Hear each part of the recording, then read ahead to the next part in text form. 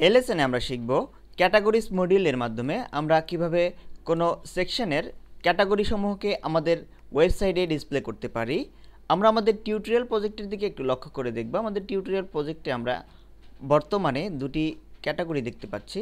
এই দুটি ক্যাটাগরি মূলত একটি সেকশনের আন্ডারে রয়েছে। এখন আমরা আমাদের ডেমো প্রজেক্টের দিকে একটু লক্ষ্য করি।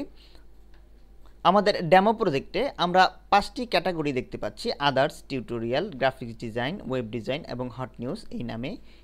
এই ক্যাটাগরিগুলো মূলত একটি সেকশনের আন্ডারে রয়েছে, অর্থাৎ ক্যাটাগরিজ মডিউলের মাধ্যমে আমরা কোনো সেকশনের আন্ডারে যে সকল ক্যাটাগরি রয়েছে সে সকল ক্যাটাগরিগুলোকে আমরা আমাদের ওয়েবসাইটে ডিসপ্লে করতে পারি। আমরা ইচ্ছে করলে এই ক্যাটাগরিজ মডিউলের ভেতরে প্রবেশ করে এবং সেখান থেকে সেটিংসে গিয়ে আমরা পরিবর্তন করে স্পেসিফিকভাবে আমরা চাইলে 2টি বা 3টি যে কোনো ক্যাটাগরি সেখান থেকে সিলেক্ট করে আমরা আমাদের ওয়েবসাইটে এটা ডিসপ্লে করতে পারি। আমরা চলে যাচ্ছি আমাদের টিউটোরিয়াল প্রজেক্টের ব্যাকএন্ডে এবং সেখান থেকে আমরা চলে যাব এক্সটেনশন মেনুতে। এক্সটেনশন মেনু থেকে আমরা চলে যাচ্ছি মডিউল ম্যানেজার। আমরা মডিউল ম্যানেজারে ক্লিক করছি।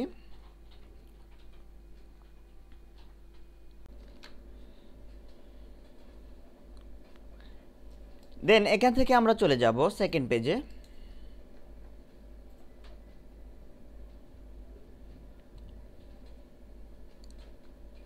আমরা সেকেন্ড পেজে চলে এসেছি এবং এখান থেকে ক্যাটাগরিজ এই মডিউলটি আমরা ওপেন করছি।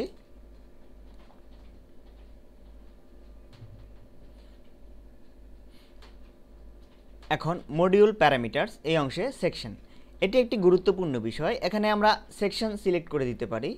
আমরা যেহেতু আলহেরা মাল্টিমিডিয়া নামে একটি সেকশন ক্রিয়েট করেছি, এজন্য আমরা আলহেরা মাল্টিমিডিয়া এই সেকশনটি এখানে নির্বাচন করে দিলাম।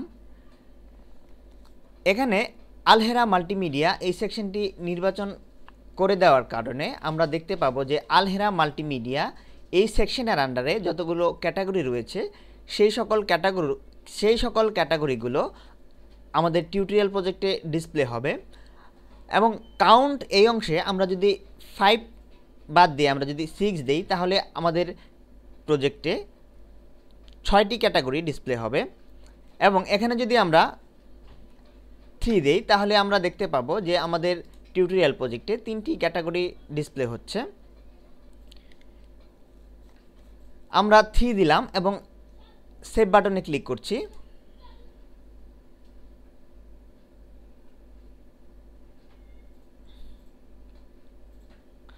আইটেম সেভড এই মেসেজটি আমরা দেখতে পাচ্ছি। এখন আমরা চলে যাচ্ছি আমাদের টিউটোরিয়াল প্রজেক্টে। আমরা আমাদের পেজটিকে একটু রিলোড দেই।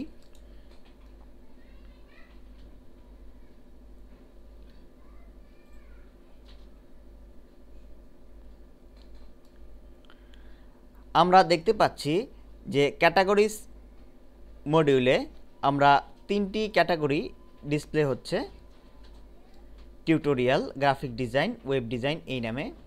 আমরা ইচ্ছা করলে ভেতর থেকে ক্যাটাগরিজ মডিউলের ভিতরে প্রবেশ করে তার সেটিং পরিবর্তন করে এখানে পর্যায়ক্রমে 3টি বা 4টি বা 5টি যে কোনো অ্যামাউন্টের ক্যাটাগরি আমরা ডিসপ্লে করতে পারি। তো এখানে একটি ব্যাপার লক্ষ্য রাখতে হবে যে আমরা শুধু ক্যাটাগরি তৈরি করলেই হবে না, সেই ক্যাটাগরির আন্ডারে যদি আমরা পোস্ট দেই তাহলে আমাদের ক্যাটাগরিগুলো সাকসেসফুলভাবে এখানে ডিসপ্লে হবে।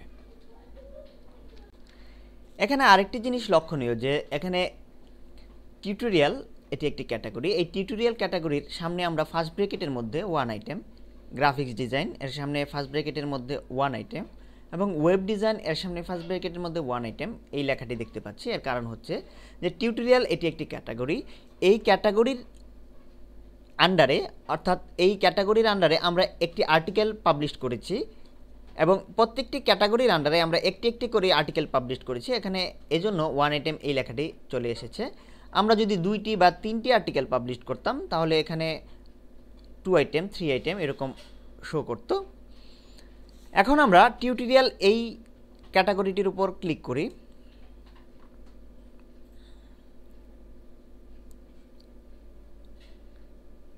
আমরা দেখতে পাচ্ছি যে এখানে article title what is SEO, অর্থাৎ এই ক্যাটাগরিটির আন্ডারে এই আর্টিকেলটি আমরা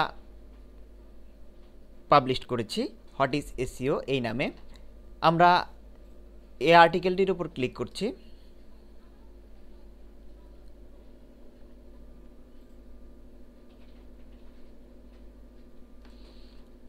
আমরা দেখতে পাচ্ছি যে আমাদের সামনে আর্টিকেলটি ডিসপ্লে হচ্ছে।